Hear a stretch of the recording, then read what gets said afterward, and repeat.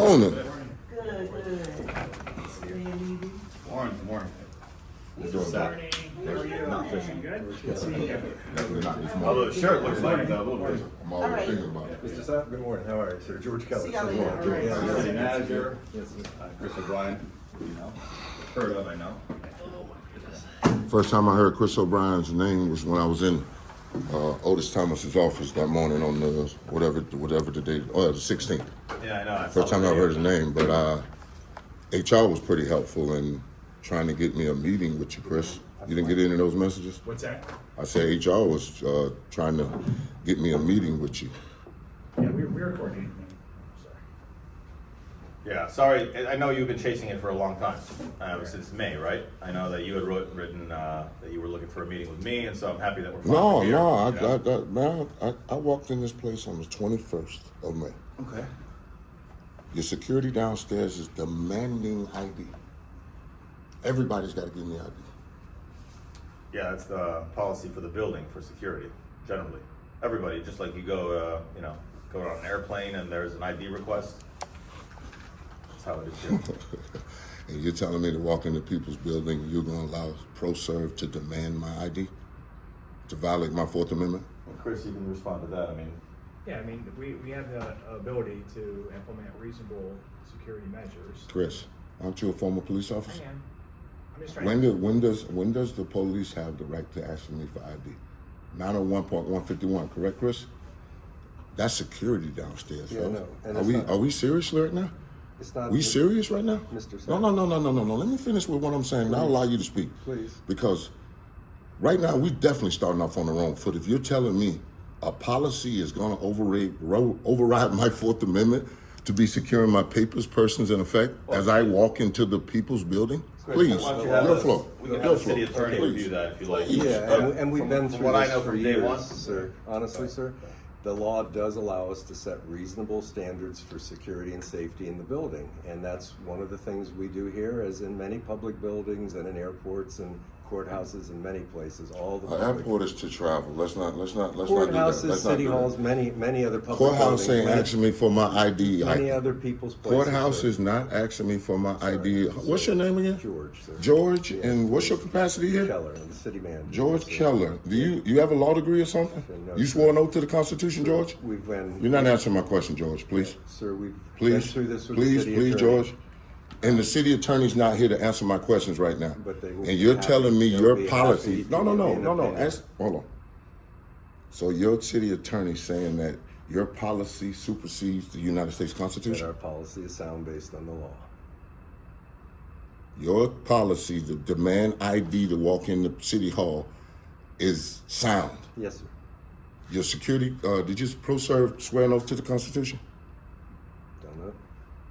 We got a $10 million contract with them, George. Okay. What are the deliverables for They're doing their job. what are they Warren, deliverables? they're not police officers. They don't arrest anyone. They're here to provide security, just like every other establishment. Let's that not has talk security. about any other. Let's just talk about right here, because I haven't been to any other government building. It's my first time interacting. But let me share some information with y'all, because I called ProServe and I spoke to Carlos, the manager at ProServe. He informed me that yes, Chris, they did swear an oath to the Constitution. They did. Okay. And if you swore an oath to the Constitution, as you did, right, George? You did, right, Mr. Mayor? Yes. You too, Chris? Yes, sir. What are we talking about here? We're talking about my right. No, and we're hearing to the law. What's the supreme law of the land, George? Sir, honestly, I'm not here to debate. We're not issues debating. back- I'm asking you a question. No, sir, you just said no, it's sir. on the law, No. and I said, what is the supreme law of the United States of America, No, George? sir, you want to debate, okay? Chris, is that a debate or is that a question? Mr. Mayor, is that a debate or is that a question? Mr. Sapp. If you don't know the answer to the question, say I don't know and I'll help you. I already gave you the answer. No, Sir, what is the just- supreme law just- of the United you just States? don't Please, like George. the answer. What was the answer? The answer is we are sound based on the law and asking for security and ID in this building. It's very simple. Okay. Let me see if I can help you. What is your major concern? Like, What can we do for you? That's what I'm here for. What can we help you with? Can you stop talking so you allow me to talk and maybe You did before. here we go. ahead. Here we go. So, When I walked in here, he's demanding ID. Y'all say that ain't violating my Fourth Amendment right? We'll review it. Hold on. Let me. Damn. Every time I get to talking, it ain't him. Now it's you. That's what y'all do. That's what y'all do. Y'all don't want to answer anybody's question. So after demanding ID, which I know you know that is wrong, Chris. Come on. We're walking into people's building to pay phone bills and to redress my government. I'm escorted up to the second floor. After I asked him, I said, you know what? Because I had never been here. I said, you're not getting my ID. I said, why don't you just call the mayor's secretary down? Because I just want to set up an appointment. I'm the only one that allowed people upstairs. I said, all right, how about I go to the city clerk? You want to go to the city clerk? I said, yeah, man, I see the city clerk. I have all this on video. So he escorted, the other guy, Alan, escorts me up on the second floor. And I called ProServe, and I spoke to Carlos. I said, isn't the first and second floor? And I didn't know at the time, the third floor is public too. The fourth floor is the only restricted floor, am I correct? So we have 3 floors of public access. ProServe says, I don't know why they would escort you up to the second floor. I said, me either, sir. I said, but I'd like for you to find out, because after he escorted me up on the second floor, I run into the mayor's assistant, Jackie. Run right into her. But our conversation didn't start off too easily either. She asked me, how did I get up here? We just established that the first and second and third floor are public, right? How else would I get in here? Walk through the front door, go through the Megatrometer, push the second floor and come up, right? City clerk's right there, HR is right there. I'm right here on this second floor where we are, right? I wouldn't need an escort, right? But I had one. So I'm talking to Miss Jackie. She said she's gonna set up the city council meeting and everything, and then come back, and me and her go to talking, and I was speaking to her because I wanted to know how we was gonna do this Halo law thing, because I had ran into an officer on May the 8th, just a month, 5 months and 8 days until this new law. And he yelling at me about recording and harassing is the same thing. And I'm like, whoa, let me go find out how we're gonna do this, because I've lived here for 20 years, and that sounds a little drastic to me, but I want to meet with you or the leadership here and find out. And I realized that the city manager is who I needed to go. That's what I didn't know about the time. So that's why HR was trying to direct me his way. So now I'm in there, and I'm discussing with Jackie right there on the second floor, right there in the front with the flags hanging over me. I met Mr. Otis and Jamie Hernandez that day too. Just sitting there because y'all finna have your meeting. Security is hovering right there. And I realized, I said, what are you here for? I'm just here to hang out. I said, whoa. I said, you sure you here to hang out? Yeah, hang out. I said, no, not hang out. I said, whoa. I said, you know there's cameras rolling. So I would advise you to just walk away right now. So, go and do what you're doing, because I'm talking to the mayor's assistant and I'm good. I got what I need. And you talking about you just here to hang out. So I go to your assistant. I say, Jackie, you have a place where we can go talk? She said, yeah, I got an office on the 4th floor. I said, please. So, because I don't need this man in my business. And he jumps up right up on me, Chris. From me to my hat. Standing there, and his gun is on my side. And I'm like, sir, do me a favor. I don't feel comfortable with you around me with your weapon, because I don't think you know anything about my rights. I'm in the people's house. I went through your Megatrometer. I'm not armed. I'm not a disturbance. I'm not anything. Am I, Miss Jackie?